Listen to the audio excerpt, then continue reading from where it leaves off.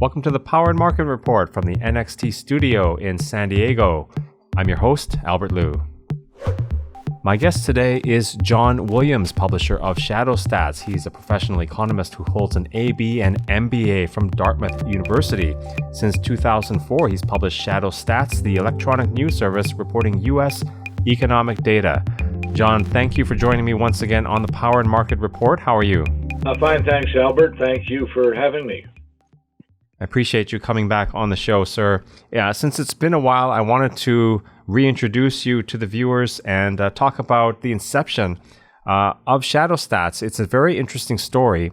And so for people who don't know, you cover economic data, particularly that data which is reported by the government.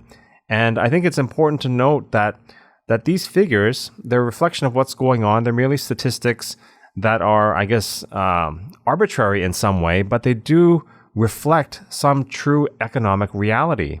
And businesses especially rely on this data for forecasting, and this is sort of how you got into the business, isn't it? Well, I've actually been a consulting economist for over 40 years, but I found in the early 1980s that the government was beginning to redefine a number of its key economic series, such as inflation with the CPI, and as you got into the 1990s, the unemployment rate, and it was the redefinitions had the effect of artificially boosting economic activity, making unemployment look like it's lower than it is, and that inflation was a lot lower than it was. In fact, it was specifically designed. We have the record there from the government to help the federal government cut its budget deficit by reducing cost of living adjustments to Social Security recipients and those receiving federal pensions. So I began publishing material on that, and I found that people had enough interest in it that it has become my primary business. But what was the impact on businesses that relied on those statistics for their forecasting models? Well, it's if they've been able to adjust their what they're seeing with their business to have some kind of a consistent relationship with the government's numbers, they maybe have worked it out. But the effect is that generally the economy's not as good as reported. Most people, the average person, will recognize it. My contention is that Main Street USA has a pretty good idea of what's happening with the economy, where inflation is.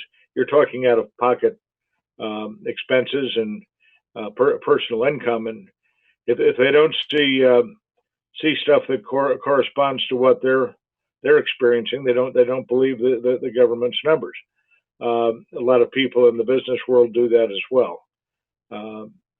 It's sometimes difficult to tie specifically to the government numbers, but I can tell you that where the government numbers are overstated, don't feel that you're lagging behind if your business isn't quite up to what the government's reporting.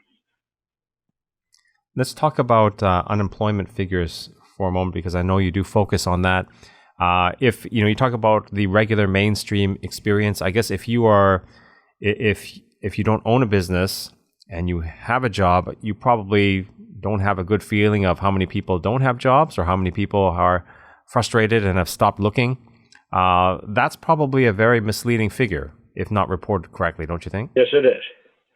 And so have we strayed very much now at this point? What's the difference between sort of the old measure and the current headline measure of unemployment? Well, again, I started looking at these numbers as a consulting economist back in the 1980s, and I use that as sort of the benchmark. I think the reporting was reasonably honest back then. That's when they started playing games with the inflation numbers, but with the unemployment numbers, they changed in 1994. They redefined the series. Now, 1994 was also the year that NAFTA was signed, and the effect of NAFTA very clearly was going to be to reduce domestic employment. The idea was to get to start importing more from offshore, lower cost wages, and so you'd have a number of people who'd get displaced, and that would show up in the numbers and might give some political embarrassment to someone. John, I've been following you for probably about 10 years. You're the one who originally alerted me to the differences in the reported figures, and I studied your primer and reports on your website, which I recommend everybody do. What I'm wondering is, for the last 10 years, have you seen an increased interest in revisiting these statistics and what they mean, especially coming out of the crisis that we had, 2008, 2009? Well, I find I have a lot more people that talk with me about it. It is, it depends on the realm of the people you're dealing with. You're looking at politicians, you look at the Fed, they love the current numbers. It helps them justify policy, shows a booming economy. Let me give you a very specific example. We had, because of the banking crisis back in 2007, 2008, it really broke open in 2008.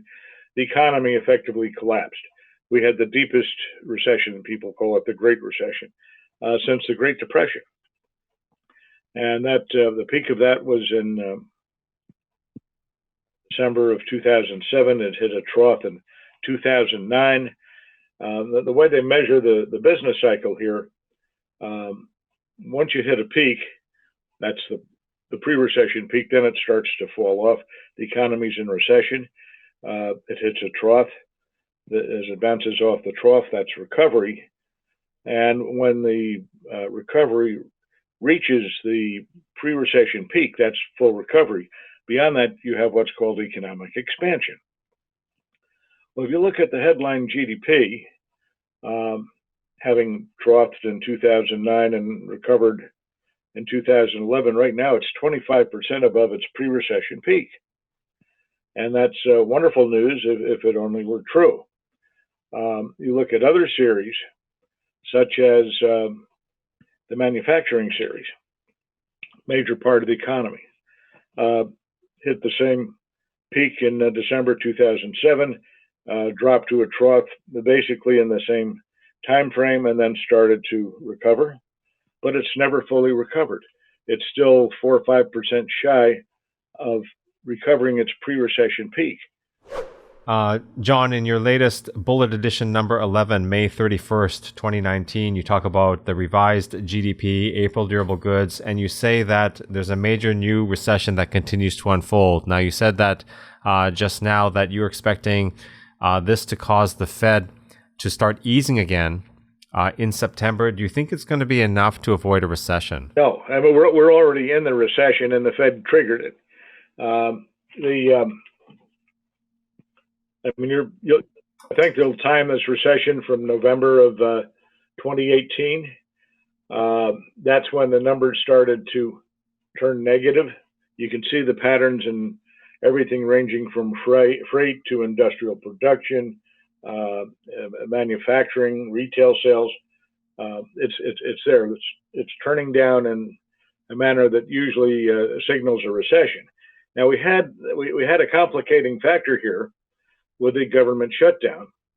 Because of the government shutdown, a goodly deal of the surveying done by the Commerce Department was shut down as well. Commerce publishes and researches such things as retail sales, the trade deficit, the housing market. They left open the Bureau of Labor Statistics, so you had the employment numbers and the inflation numbers. The Bureau of Economic Analysis, which is part of the Census Bureau, publishes the GDP numbers. They were shut down. So we had a break in December numbers. Some of the December numbers just were not published until March, and you had a period of time there where the normal surveying. They go out and actually survey people at certain sets of times and points in time in certain businesses as to how things are going with the retail sales. Certain surveys weren't taken, so that you had major data disruptions, particularly with the retail sales and the housing numbers. It made it very difficult for them to come up with meaningful numbers in those months as they got them reported. Thank you very much, John. Unfortunately, we're running out of time here, so I just want to mention to the viewers, visit shadowstats.com to pick up a primer on government reporting and the adjustments that Mr. Williams has been making. Very worth your while to check that out. And you can also subscribe to receive these data series that he's been talking about.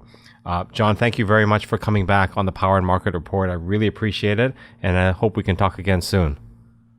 Thank you again, Albert, and I hope so too.